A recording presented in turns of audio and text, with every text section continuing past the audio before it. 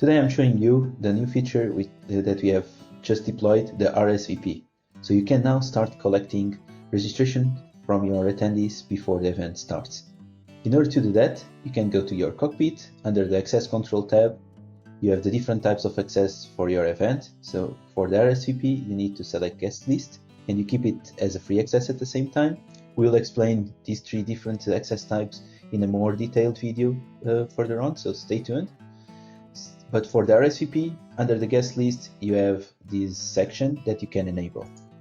By default, your registration form will have these three fields. The first name, that we suggest to keep it required, because this way the profile of the user is automatically filled in with the first name, and they don't need to enter the profile when they log in, and they will be automatically inside the event.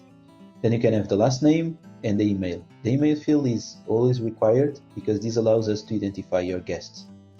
But if you want to customize this event, this registration form, you can add a new field.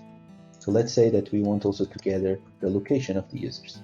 You can select the different field types, which can be text, email, or number, and you can mark it as required or not required. Once you activate the RSVP and you start making your field form, this form is automatically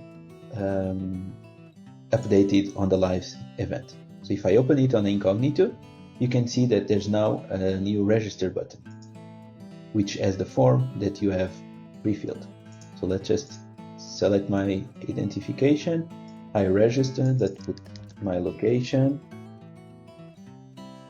and you register, and the user at this time has received an email. If someone submits the same email twice, they will not be able to register, so they need only unique emails can be added. Now on the Cockpit, you can see under the guest list table section, you can see a table with all your guests that have registered.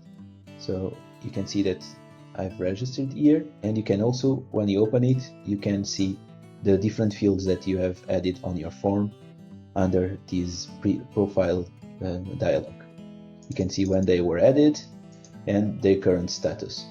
You can see here the allow access. So this is if you want to have only registered and approved attendees to attend your event, you can allow their access. They will have a unique identification link, but we will explain this in a new video. So again, stay tuned and looking forward to your feedback.